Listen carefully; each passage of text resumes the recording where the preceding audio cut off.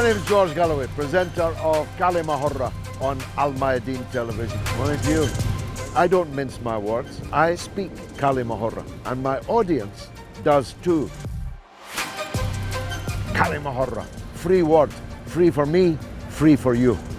Catch it. Nice to meet you, brother.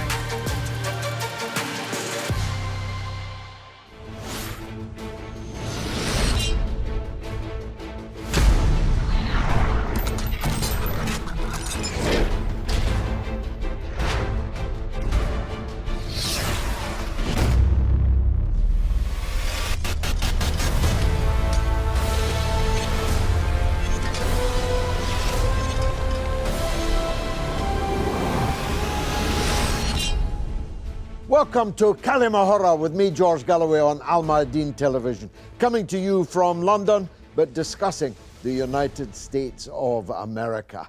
It's not very controversial to say that the United States is a divided country, more divided than united. And on a knife edge, almost all of their politics breaks more or less 50-50 between the two behemoth political parties. Their last president had his home raided by the FBI and may yet face criminal charges. The supporters of Donald Trump contain some of the most militant people in America. And if Trump were to be arrested, indicted, somehow put out of the 2024 presidential election, the balloon might go up. There are almost 400 million guns in the United States of America, and only 331 million people. And many of those guns are automatic weapons, and most of them are in the hands of militant white people, most of whom support Donald Trump. You see where I'm going here. The political division in the United States could well erupt into violence, maybe even, in the worst case, a new civil war. The US is divided across many axes, of course, not just white and black and Hispanic, but rich and poor, north and south, east and west, and most of the political power lives on the East Coast and the West Coast. As a man who's now been sacked from Twitter, about whom you'll learn much more later when my legal case against them finally reaches the courts, said, we fly over the parts of the United States that vote for Donald Trump for a good reason. This kind of patrician, Ivy League snobbery is one of the many dividing lines in American society. But it's divided on gender, it's divided on abortion as an issue, and it's divided, of course, politically. The working people don't really have a party in the United States. Both the Democrats and the Republicans are as close as you can get to two cheeks of the same backside. None of them, neither of them, does anything for the mass of the working people, white and black, in the United States of America. But that's not how they see it. So they support these two partisan political parties as if their lives depended on it, as if the quality of their lives depended on it.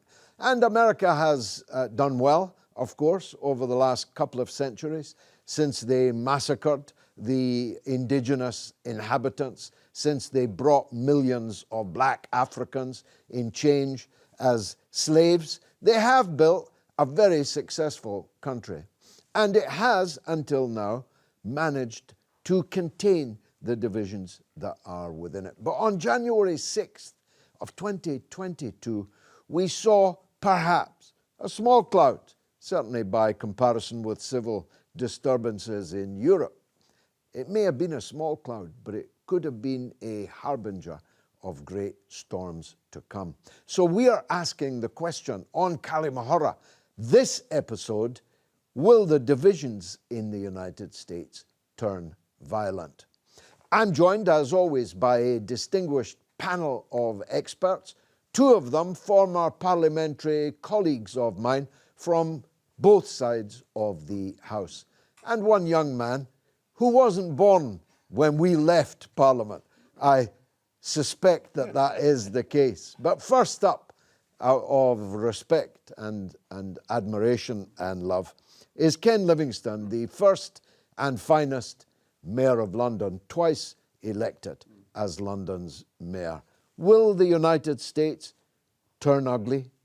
I think it is, because inequality is getting worse. There must be so much anger amongst people there. Ordinary working class and middle class families, every year their real income going down and the prospects for their kids getting worse. And yet it still remains fabulously wealthy for that very small, rich elite.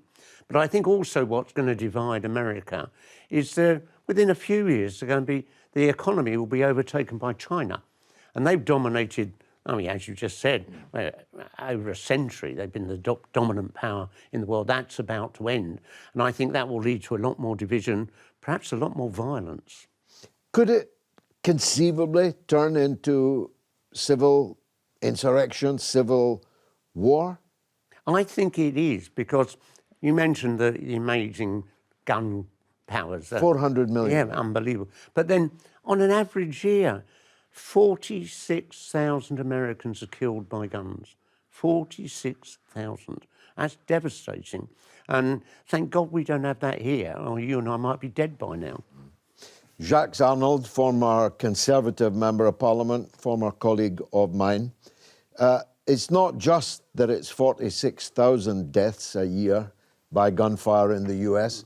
It's that many of them are children in schools. Many of them are shoppers in malls. Many of them are dancers in nightclubs, revelers, party goers. There's already a level of incipient violence in the US. The country was built on massive violence, the violence of slavery, the violence of the slaying of the indigenous people and the stealing of their land. How confident are you that the US can continue to sail on regardless? I think it will continue to sail on for the very simple reason that the United States is a leading, vibrant democracy. Having said that, their selection of presidential candidates in recent years have been absolutely woeful, and they've suffered the consequences accordingly. But it's certainly a vibrant democracy, as we saw in this recent half-term elections. The most significant outturn of that was the fact that Trump-endorsed candidates pretty well uniformly did badly. And I think that's highly significant, because I think the American people may well have seen through Trump and all his works and want to move on, which will be a particular advantage to the Republicans. And actually, one of the most significant results in particular was that in Miami, in Florida, where very strong, what I would call conservative kind of views, struck a very strong chord, not only with the elderly retired population, but interestingly with the Hispanics. Because a lot of the Hispanics that came to the United States came because they wanted to make their fortune and wanted to make a good life for their families. And of course, as we all know, perhaps you gentlemen don't, the best way of going about that is through free enterprise and indeed capitalism.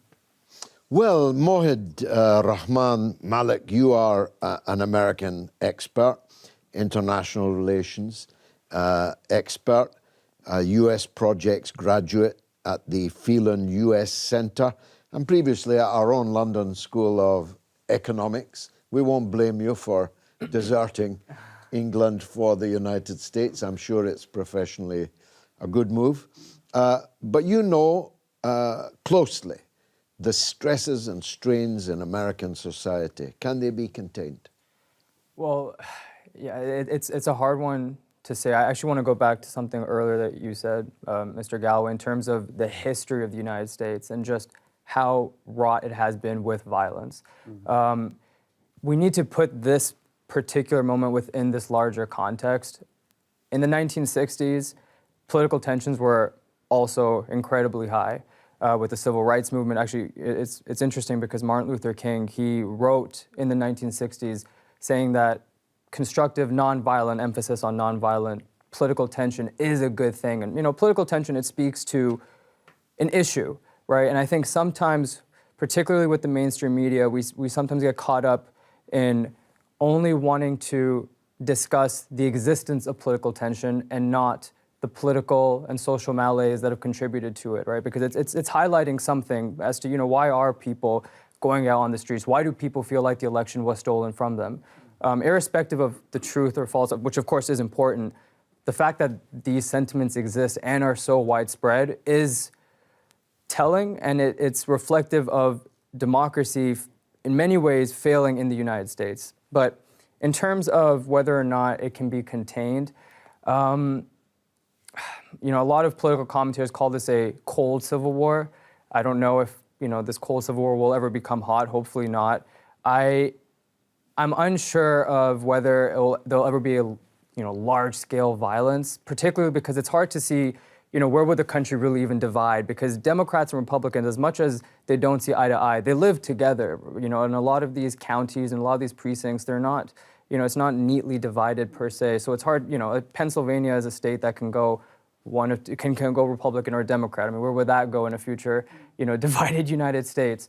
So I think because of certain structural reasons, perhaps violence will not break out, but I don't think that that's a good condition to just have exist if you're not able Well, to. I was surprised that my colleague Jacques prayed in aid of America's future, its democracy.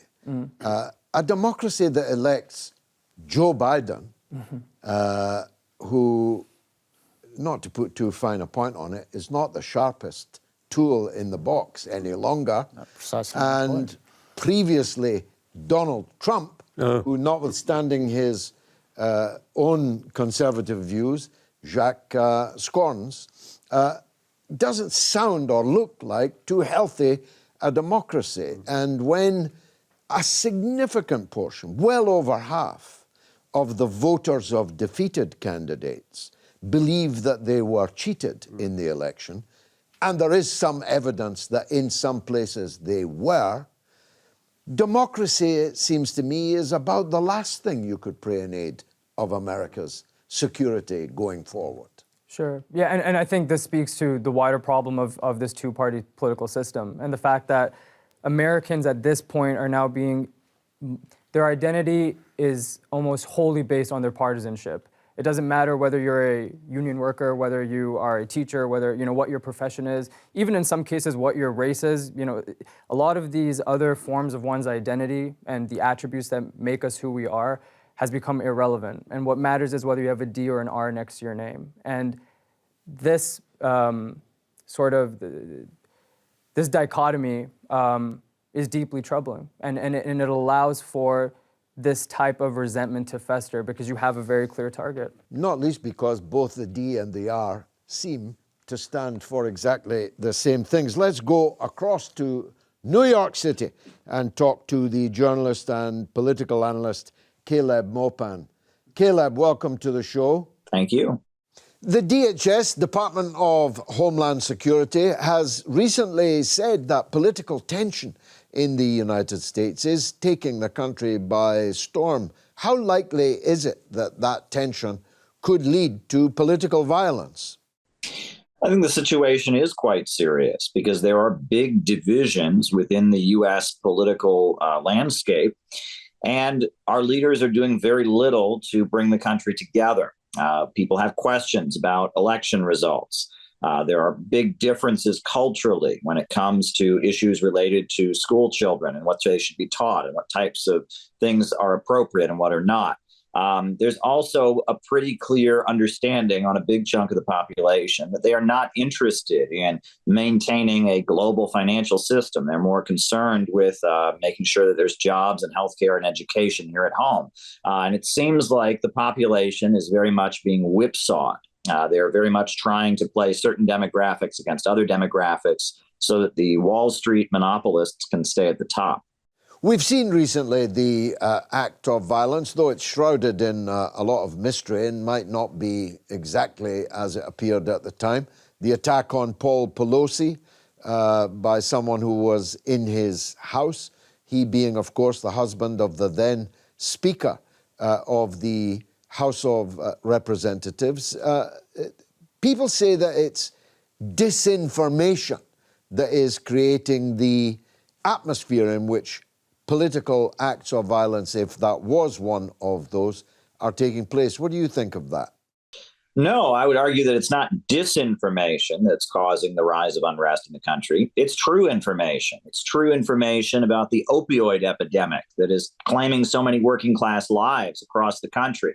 It's true information about the inflation that is squeezing working families when they go to fill up their gas tank or they go to the grocery store to buy food. It's true information about our crumbling infrastructure, the fact that the roads are falling apart, the fact that the bridges and highways and power facilities are falling to pieces. It's true information about the demoralization facing the next generation and our very high suicide rate. It's not disinformation that's causing this. It is the truth about the collapse of the United States from within and the decay of the lives of working people. People are upset, they are angry, and our leaders are failing to provide any real solutions. Do you think this political violence is coming from and might come from one side or the other, or both sides? Well, on the one hand, there is talk of extremism and talk of violence and such from our elected leaders. But there's also been an attempt to normalize violence on the part of our political establishment. When Will Smith struck the comedian at the Oscars, that was kind of hailed as, oh, he was sticking up for his woman, or he was sticking up for his wife. This was seen as somehow being heroic.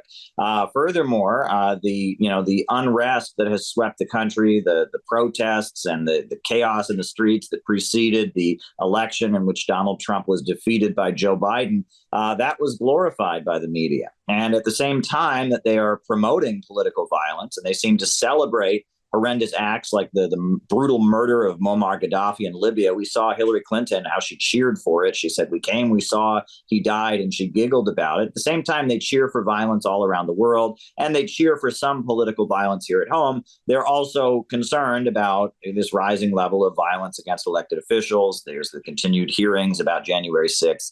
So there's a large amount of hypocrisy.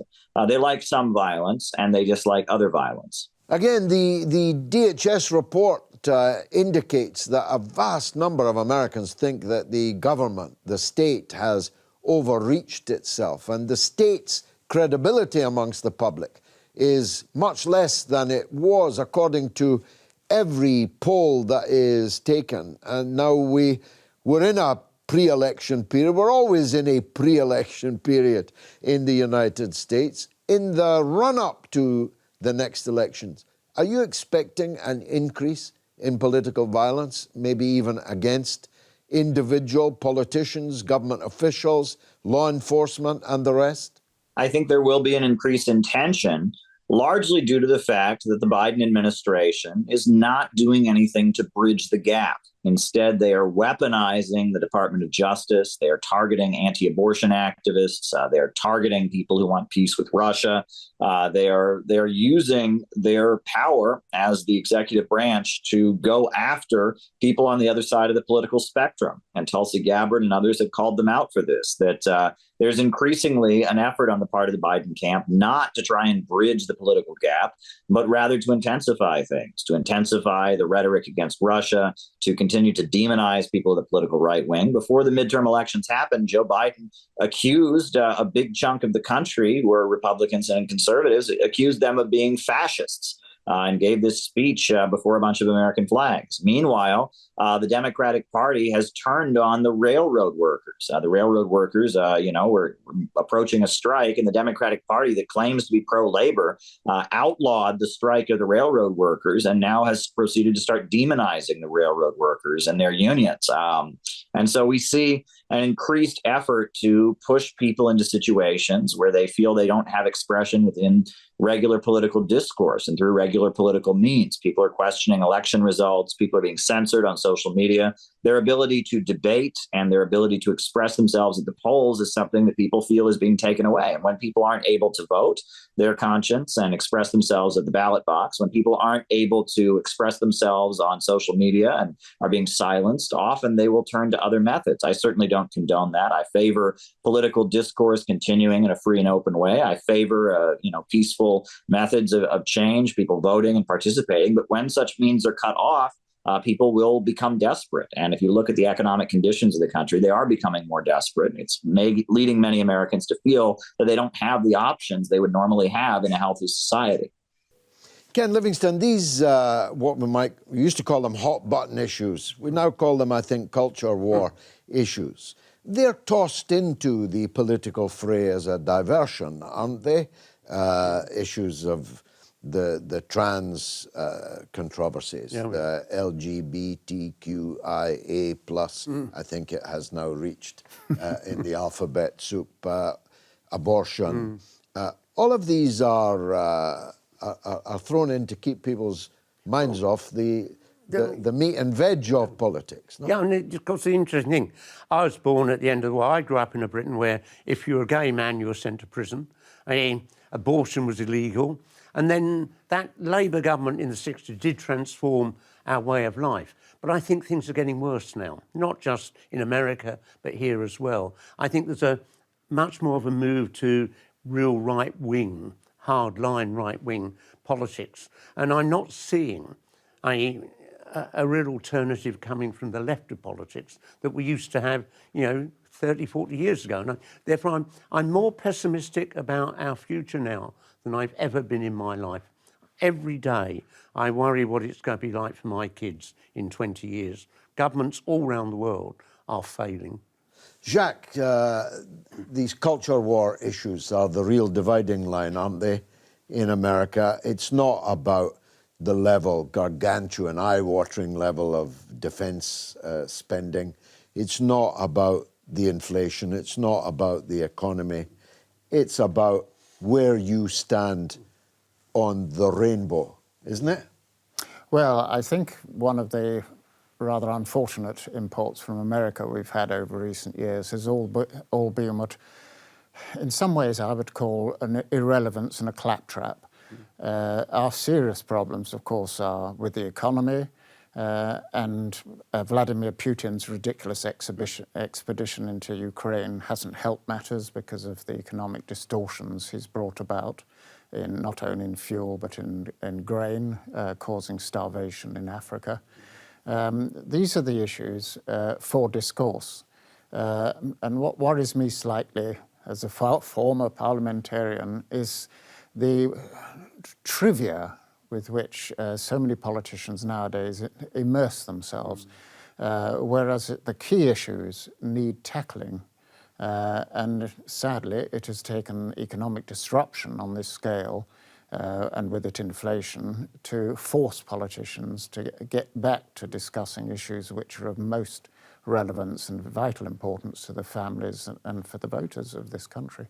Well, of course, the political system in the United States is headed by Joe Biden, and I'm not sure how able he is nowadays to get to grips with the big political divide, and how credible the political class is in keeping the lid on what we might say is a simmering, if not smouldering, level of violence in the country. If there becomes a fusion between the incipient violence in America and the political differences in America, well, that'll be a big bonfire. I'll be right back. Stay tuned.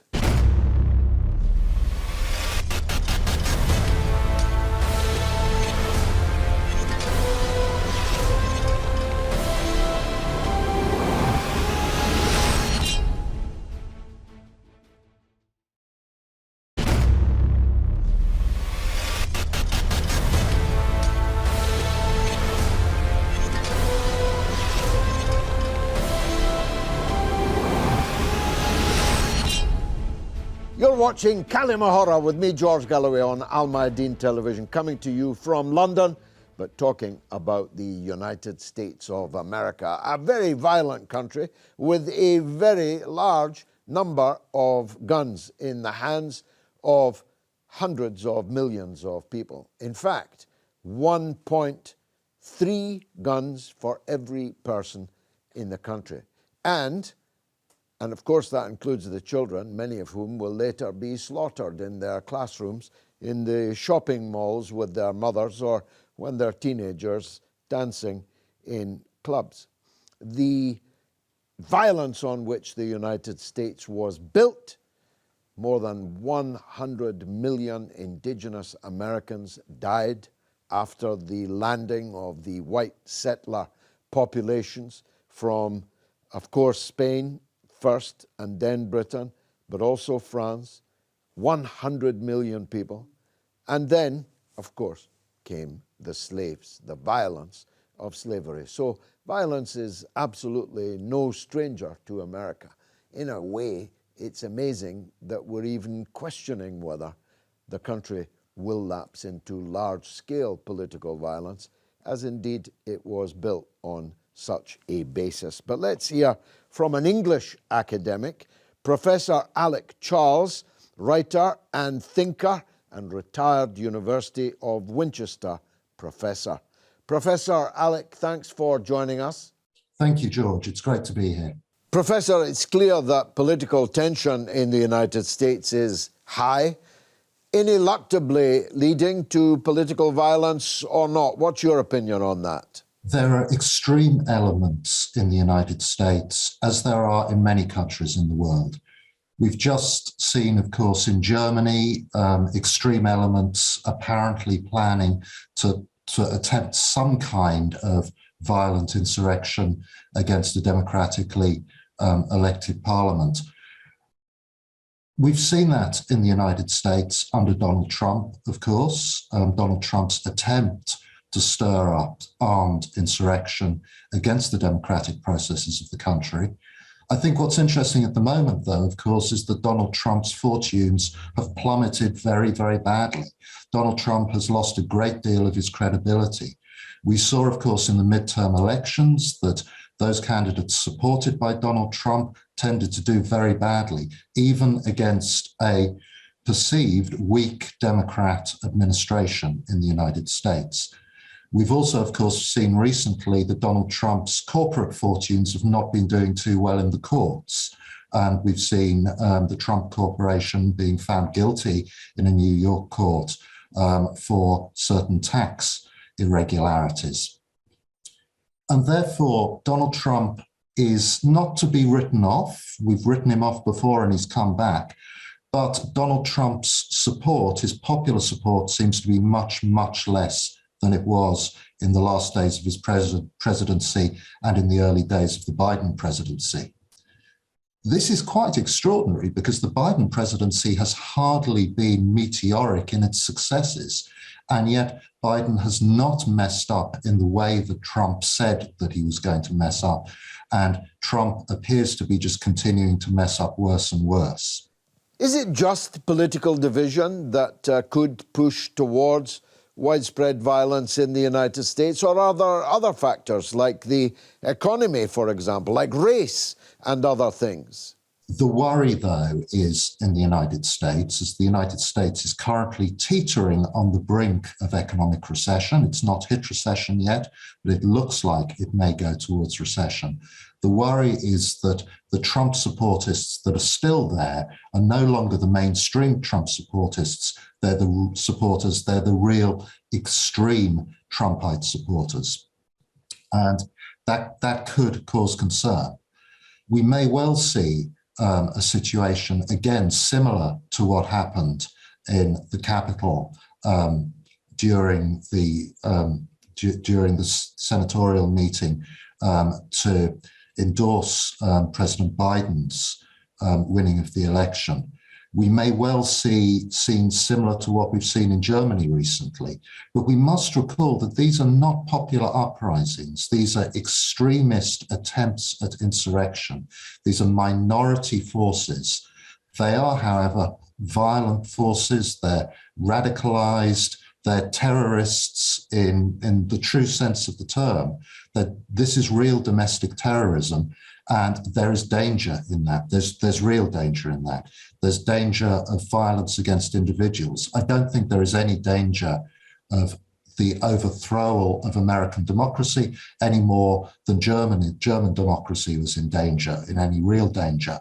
But the lives of individual politicians, of individual law enforcement people are, I think, very possibly at significant risk.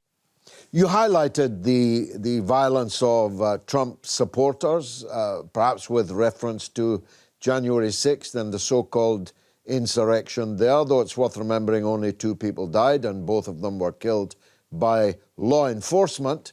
But the violence can come from the other side too, can't it? Not just individual acts against right-wing politicians, but also the mass violence that broke out after the murder of George Floyd by a Minnesota police officer. The threat of terrorist violence, domestic terrorist violence, comes from both the left and right in politics. But what we've seen in recent years in Europe, Britain, and the United States is that there is a particular danger from the extreme right. The worry in the United States is, of course, that Donald Trump courts the support of those extreme right-wingers. Indeed, he seems to apologize for their acts. He seems to defend their acts.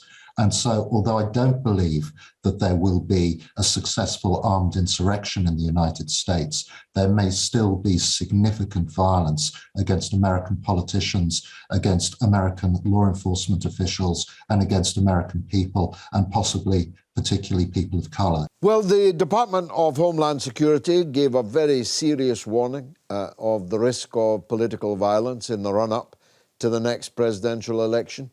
Do you think they've got that right? There may be violence before the next American election, but perhaps there's more likely to be violence in its immediate wake. After all, last time we saw supporters of Donald Trump who were unhappy with the results, and it was at that point that they turned to violence. There may well be violence or threats of violence during the Republican primaries. There's a real danger of intimidation of moderate, reasonable Republican candidates, and I think that moderate, reasonable Republicans will already be worried about this. Donald Trump could always stand up and say to his more extreme supporters to stop this, but he hasn't done that in the past, and I don't think he'll do it now. I think it's a great shame. I don't think that American democracy is at risk any more than German democracy was at risk from a group of crazy right-wing extremists. But individual lives are at risk. The lives of politicians, the lives of law enforcement professionals, and indeed the lives of ordinary people, and perhaps in the United States, particularly people of color. And that's a real serious concern.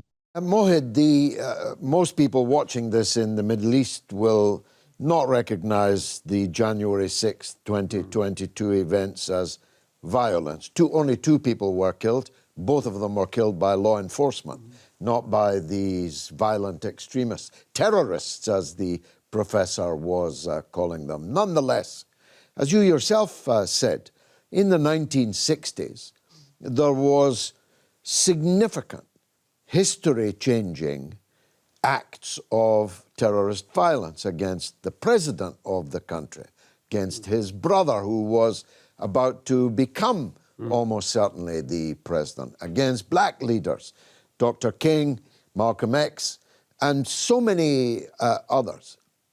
They seem to have, after the 60s, dropped the tactic of individual assassinations. The professor seems to be suggesting that that might be an era about to return. What do you think?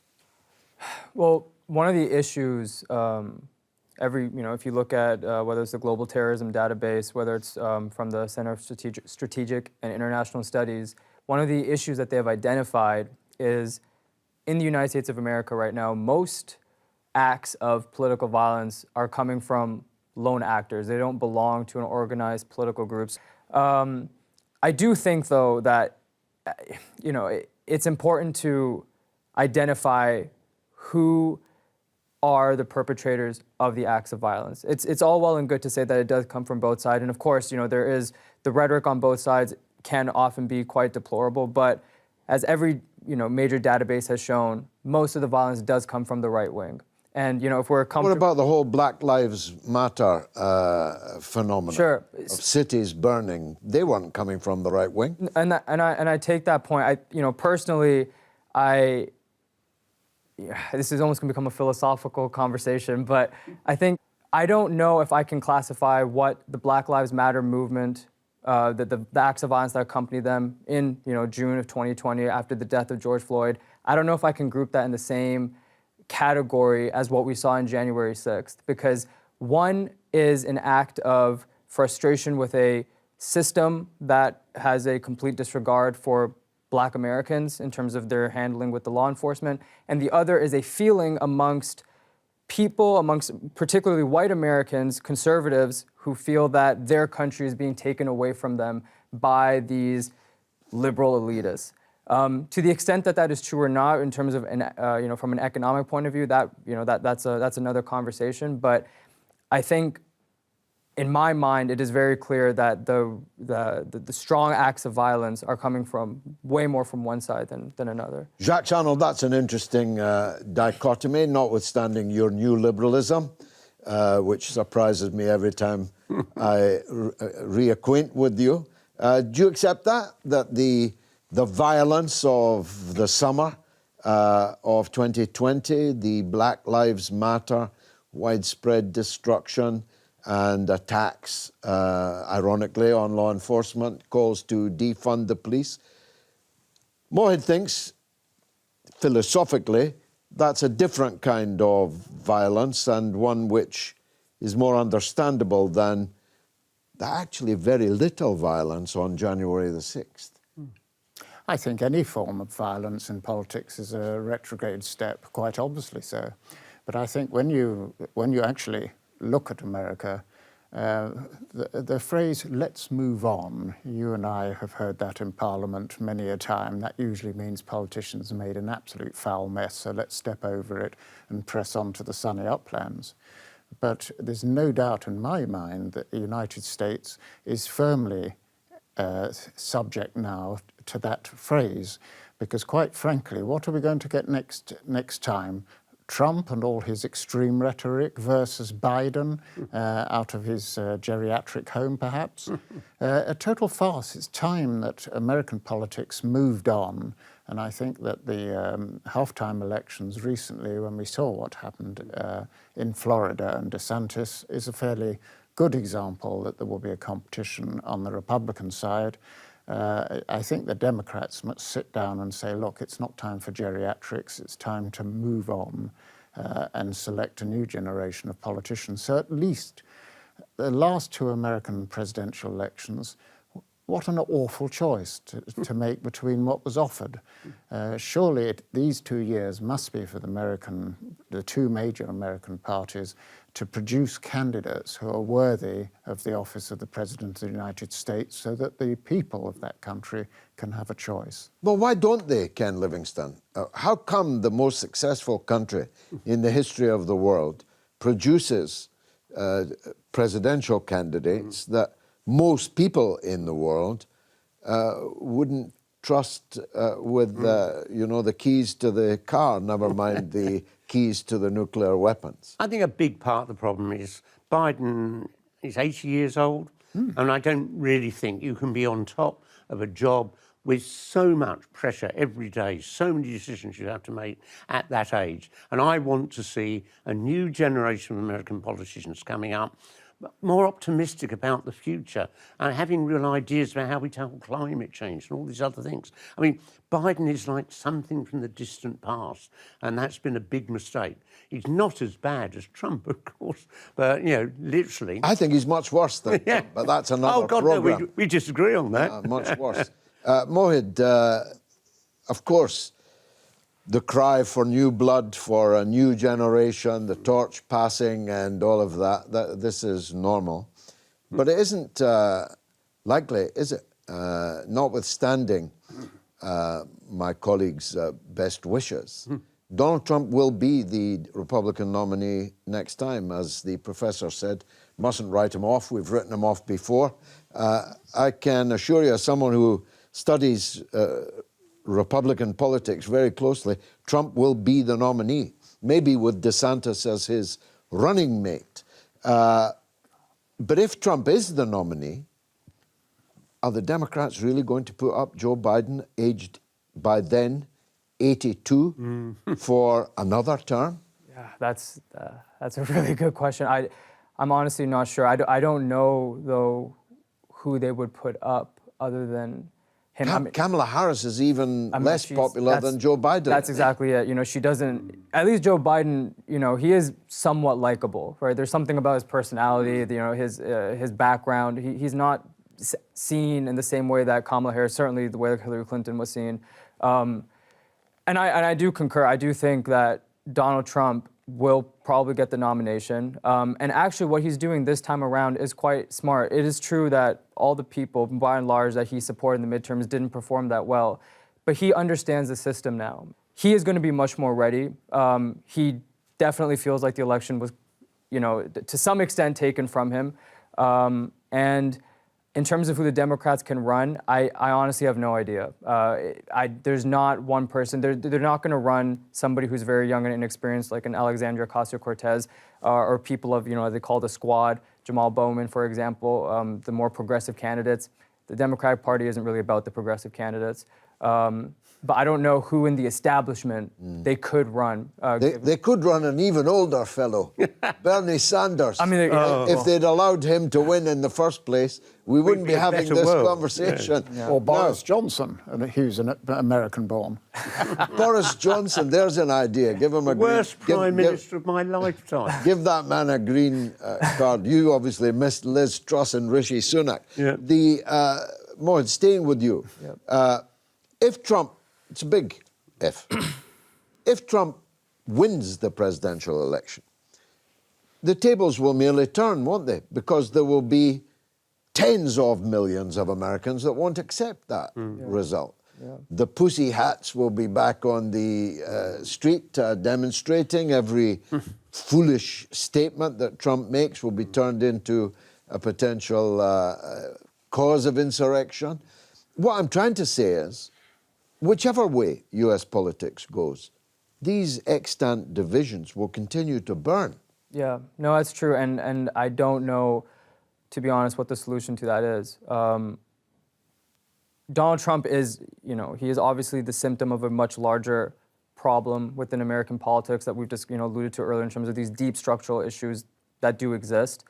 Well, their inequality is so much worse than ours. And that's the problem. Yeah, but the poor white workers support Donald Trump, not Joe Biden. I know they're mad. Well, many of the people who also supported Donald Trump actually voted for Barack Obama too, particularly in the states like Ohio and Pennsylvania, which were so crucial for Trump to win in 2016, right? So it's hard to make this division of people just vote for Donald Trump because of just specific identity points. A lot of it does come down to economics. well, yeah, I mean, it suits liberals to believe it, but it isn't true. The majority of black women, for example, voted for Donald Trump both times. More than 50% of black women voted for Donald Trump on both occasions. That's amazing. And will do so again. His support amongst Hispanics grew very significantly, and as Jacques said, Hispanics in the state of Florida have gone very, very heavily towards the Republican Party. So easy tropes about white reactionaries and people of color being with the Democrats are no longer valid, I think. Just time for one last Same with the round. party here. Jacques, the fear of widespread violence in the United States, I mean political violence. There's already widespread violence on a daily basis, as Ken said earlier in the show. But the fear of widespread political violence, you think, is being overstated? I think it's way overstated. I think if it came to it, that the forces of law and order would be exerted, something no political leaders would like to see, but if necessary, you saw what the Germans did about this particular set of nutcases recently. I think any elected government has to take the necessary steps for civil order. I very much hope it doesn't come to that. Personally, I think it's unlikely, but there we are. The law and order forces are pretty unpopular in the United States amongst very large sections of the population. Nevertheless, needs must, should that situation arise. I rather suspect and hope that it won't arise. Ken Livingstone, are we being pessimistic in projecting onto the potential situation in the US real serious trouble? Well, it is pessimistic, but I think it's also realistic.